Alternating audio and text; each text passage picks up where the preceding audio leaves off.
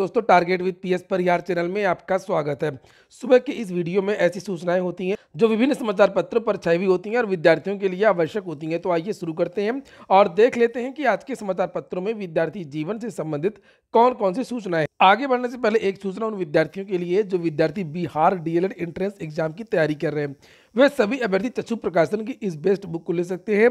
Bihar DElEd entrance exam में जो चीज़ें पूछी जाएंगी, चाहे वो सामान्य गणित हो, चाहे वो विज्ञान हो, चाहे वो हिंदी हो, सारा का सारा सिलेबस इस पुस्तक में कवर किया गया है। इस पुस्तक में इसी सिलेबस के हिसाब से 3000 से ज़्यादा बहुविकल्पीय प्रश्न दिए हुए हैं और इसी पुस्तक में आपको 2 सॉल्व पेपर भी देखने को मिल जाए। यहाँ पर देख सकते हैं आप लोग, ये पूरा जो सिलेबस है वो इस पुस्तक में कवर किया गया।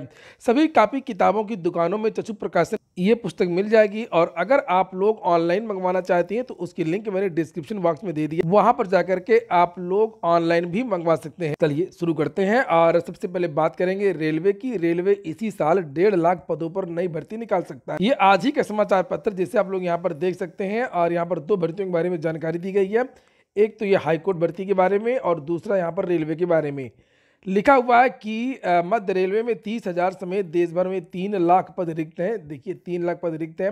मंत्रालय ने 21 आरआरबी से मांगी है रिक्त पदों की जानकारी और नीचे लिखा हुआ है यहाँ पर कि इस वर्ष निकलेगी बहाली। रेलवे आधिकारिक सूत्रों से मिली जानकारी के अनुसार रेल मंत्रालय ने देश भर में 21 आरआरबी से रिक्तियां मांगी हैं। उम्मीद है कि 2023 के मध्य तक रेलवे में 1.5 से 2 लाख रिक्त पदों की बहाली निकाली जाएगी।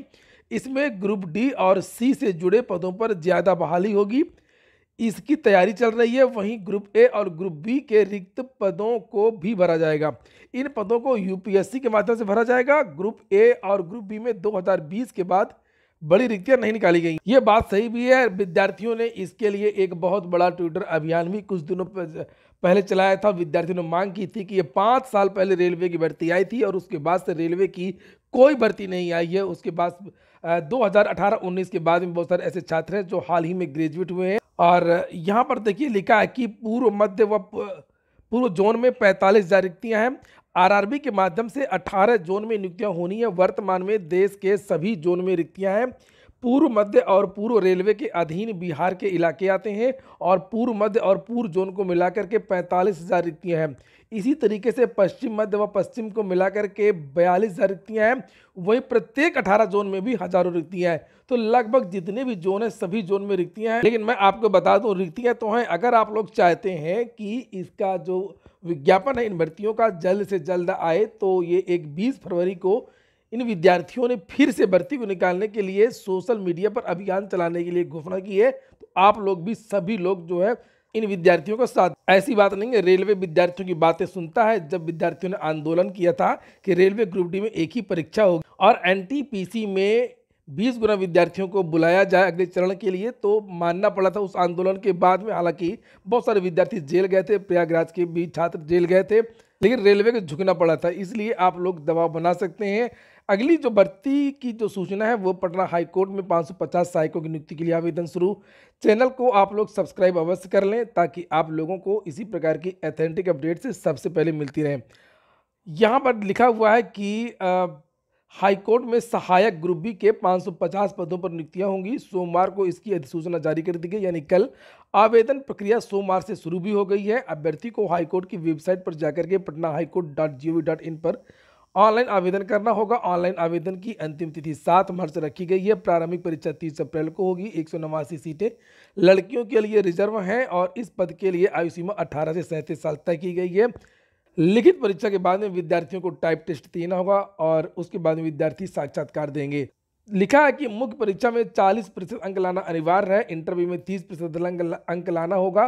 परीक्षा कहाँ पर होगी उसके बारे में भी जानकारी दी गई है। तो कुल मिलाकर के आप लोग ये patnahighcourt.gov.in इस वेबसाइट पर जाकर के नोटिफिकेशन देख लें या मेरा टेलीग्राम चैनल देख लें, वहां पर भी आपको ये नोटिफिकेशन मिल जाएगा। सीटेट में लगातार साल भरों की गिरफ्तारी का सिलसिला जारी है और ज्यादातर सूचनाएं लखनऊ से मिल रही हैं। तुर्की सीरिया में जो भूकंप आया उसके बारे में भी आज बहुत सारी सूचनाएं समाचार पत्रों में लिखा है 7 देश दहले, 3000 से ज्यादा की जान चली गई है। रिक्टर पैमाने पर 7.8 तीव्रता का ये भूकंप था, जो कि काफी माना जाता है। और लिखा है कि 12 घंटे के भीतर भूकंप के 3 झटके। लिखा है कि 1939 के बाद तुर्की में ये सबसे बड़ा भूकंप था। Common university entrance test CUET, अगर किसी को ग्रेजुएट होना है, BA BSc BCom एडमिशन लेना है तो अब CUET का एग्जाम देना होगा।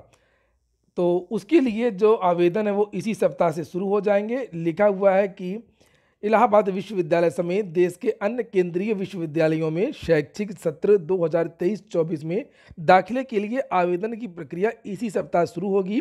कॉमन यूनिवर्सिटी एंट्रेंस टेस्ट के लिए राष्ट्रीय परीक्षा एजेंसी ने संभावित तारीख जारी कर दी है। इसके तहत 8 से लेकर के 10 फरवरी के बीच में ऑनलाइन आवेदन की प्रक्रिया शुरू हो सकती है। इस शेड्यूल के अनुसार 6 अप्रैल तक आवेदन की अंतिम तारीख तय की गई है। उत्तर प्रदेश में 24 से अधिक संस्कृत कॉलेज खुलेंगे। शासन ने मांगा नए स्कूल का प्रस्ताव। यहाँ पर देखिए लिखा हुआ है, उच्चतर शिक्षा सेवा चयन आयोग के जो चेयरमैन हैं कल वो रिटायर हो गए। लिखा है कि अध्यक्ष को नहीं मिला सेवा विस्तार, भर्ती के लिए अब इंतजार।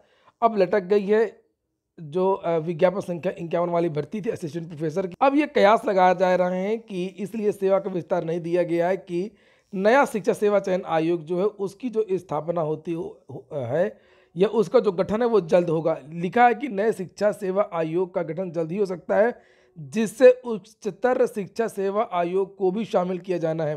तो ये जितने भी आयोग या बोर्ड हैं जो शिक्षक भर्ती करवाते थे, ये तीनों को मर्ज किया जाएगा। जैसे कि मैंने आप लोगों को पहले ही बताया था कि जैसे बजट सत्र बैठे, शिक्षा सेवा चयन आयोग विधेयक को मंजूरी मिलेगी और उसके बाद इसकी जो प्रक्रिया है वो तेजी से बढ़ेगी। वहीं पर UGC नेट अभ्यर्थियों ने आवेदन का मौका मांगा है। दिसंबर 2021 जून 2022 के संयुक्त सत्र में UGC नेट और CSIR नेट उत्तीर्ण अभ्यर्थियों ने सोमवार को उत्तर प्रदेश उच्चतर शिक्षा सेवा आयोग में ज्ञापन देकर के विज्ञापन संख्या 51 के तहत आवेदन का मौका मांगा। इसी क्रम में राज्यपाल ने भी एक पत्र लिखा था, लेकिन उस पर कोई भी निर्णय नहीं लिया गया। जिस तरीके से रेलवे में लाखों पद रिक्त हैं, उसी तरीके से बहुत सारे ऐसे संस्थान हैं जहां पर हजारों रिक्तियां हैं। लिखा है कि केंद्रीय विद्यालयों के साथ उच्च शिक्षण संस्थानों में खाली पड़े 58,000 पद।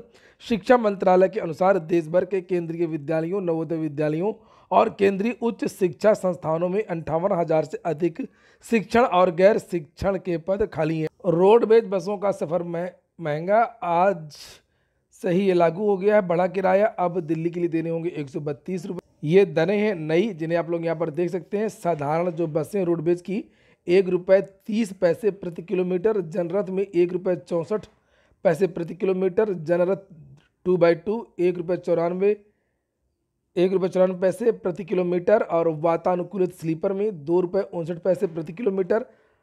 हाई एंड वाल्वो स्केनिया जो बस है उसमें ₹2.86 प्रति किलोमीटर। इलाहाबाद में शिक्षक भर्ती के लिए साक्षात्कार 9 तारीख से। छटनी के बाद में फिर शुरू हुई स्टार्टअप में भर्तियां।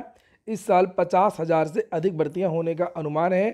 पिछले 3-4 माह में बड़ी संख्या में कर्मचारियों की छटनी हुई। लिखा है कि छटनी करने वाले स्टार्टअप अब भारी संख्या में भर्तियां करने की तैयारी कर रहे हैं। उद्योग विशेषज्ञों का कहना है कि स्टार्टअप नई प्रतिभाओं की तलाश में रहते हैं, इसलिए नए लोगों को काम पर रखने पर जोर दे रहे हैं। मतलब क्या है, पुराने लोगों को निकाल देना, नए लोगों को रख लेना। UGC नेट में जिन विद्यार्थियों का रिजल्ट बाद में आया था और जो फिर से आवेदन की मांग कर रहे हैं, इन विद्यार्थियों के बारे में और भी बहुत सारे समाचार पत्रों में सूचनाएं दी गई हैं। अगली सूचना दरोगा भर्ती की है। ये पत्र जारी हुआ जिसे आप लोग यहाँ पर देख सकते हैं। इन विद्यार्थियों की जो दरोगा भर्ती का विज्ञापन 2021 में जारी हुआ था, उन विद्यार्थियों की ट्रेनिंग के बारे में है। लिखा है यहाँ पर, उपरोक्तानुसार आधारभूत प्रशिक्षण दिनांक 13 मार्च 2023 से संबंधित प्रशिक्षण संस्थान में कराए जाने का निर्णय लिया है। तो 13 तारीख से इन विद्यार्थियों की जो ट्रेनिंग है वो शुरू हो रही है, हो सकती है। TGT PGT को लेकर के भी थोड़ी सी सूचना है। सहायता प्राप्त माध्यमिक विद्यालयों में प्रशिक्षित स्नातक TGT और प्रवक्ता PGT भर्ती 2022 की परीक्षा न होने से आक्रोशित युवा मंच ने उत्तर प्रदेश माध्यमिक शिक्षा सेवा चयन बोर्ड के अध्यक्ष वीरेश कुमार से इस्तीफा देने की मांग की है। युवा मंच के अध्यक्ष अनिल सिंह व संयोजक राजेश सचार ने कहा कि प्रदेश में बेरोजगारी की भयावह स्थिति है। मंगलवार को दिल्ली में रोजगार के सवाल पर बैठक में उत्तर प्रदेश में बेकारी की गंभीर समस्या को लेकर के युवाओं को संगठित करने की रणनीति तैयार की जाएगी। और UPSSC की कुछ अन्य बातों पर अगर हम चर्चा करें तो जानकारी ये मिली है कि जो वन दरोगा भर्ती जिसका हाल ही में अभी सिलेबस जारी किया गया था, उसकी बहुत जल्दी शॉर्ट लिस्टिंग जारी कर दी जाएगी और हो सकता है कि आने वाले 1-2 दिनों में ही इसकी जो नोटिस है वो जारी कर दी जाए। जानकारी मिल रही है कि 10 तारीख के पहले पहले वन दरोगा भर्ती की शॉर्ट लिस्टिंग की नोटिस आपको देखने को मिल सकती है। पूरा वीडियो सुनने के लिए बहुत बहुत धन्यवाद।